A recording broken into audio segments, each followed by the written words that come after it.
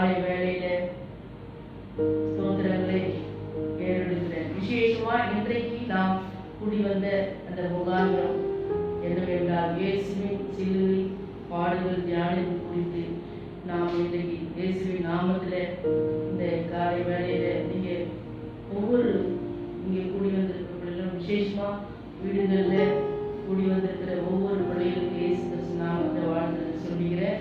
விசேஷமா நாம் பார்த்தோம்னா இன்றைக்கு நாம் ஆலயத்தில் கூடி ஆராதிக்க முடியாத அந்த நிலைமையில நாம் இருக்கிறோம். ஆனாலும் கூட தேவ சமூகம் நாம் எங்கே இருக்கிறோமோ அங்கேயே அவருடைய தேவ சமூகம் இருக்குது.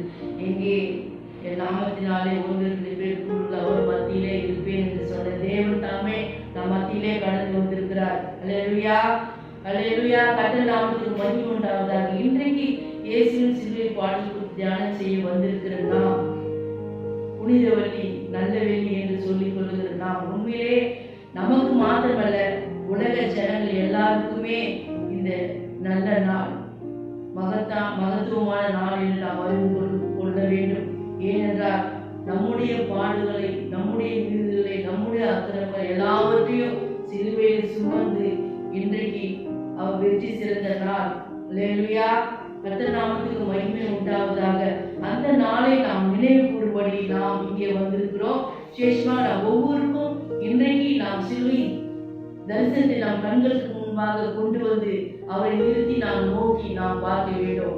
கர்த்தர் நாமத்துக்கு மகிமை உண்டாது. ஏனென்றால் நாம் பாவிகளா இருக்க நமக்காக தன்னுடைய ஜீவனையே கொடுத்த இயேசு கிறிஸ்துவை நாம் இன்றைக்கு நாம் நினைக்கிறதாக ஒவ்வொரு நாளும் நினைத்து கொண்டிருக்கிறோம், நினைக்க வேண்டும். ஆனால் ஒரு விசேஷ திட்டமாக இன்று அவர் நமக்காக மரித்த அந்த நாளை நாம் நினைவு கூர்ந்து நாம் உண்மையிலேயே நாம் ஆண்டவருக்கு நன்றி சொல்ல நாம் கடமைப்பட்டிருக்கிறோம். அல்லேலூயா. கர்த்தர் நாமத்துக்கு மகிமை உண்டாவதாக. இன்றைக்கும் இந்த தேவ வார்த்தையை நாம் ஒவ்வொன்றாக நாம் தியானிக்கிற வேளையில விசேஷமா சிலுவை பாடல் தியானம் ஒவ்வொரு வார்த்தை பேசுவாங்க. ஆனால் கூட இன்றைக்கு நமக்கு ஆண்டவர் சிலுவையிலே தொங்கின அந்த நேரத்தில் இந்த சொல்லிய வார்த்தைகள் 7 வார்த்தைகள் குறித்து நாம் தியானிக்க நாம் கடமைப்பட்டிருக்கிறோம். விசேஷமாக 7 பரிசுத்தவான்கள் நம் மத்தியிலே ஒவ்வொரு வார்த்தையாக கர்த்தருடைய வார்த்தையை பகிர்ந்து கொள்ள வந்திருக்கிறார்கள். இயேசு கிறிஸ்துவின் நாமத்தில் அவர்கள் ஒவ்வொருவரும் நான் வாழ்த்தி வரவேற்கிறேன்.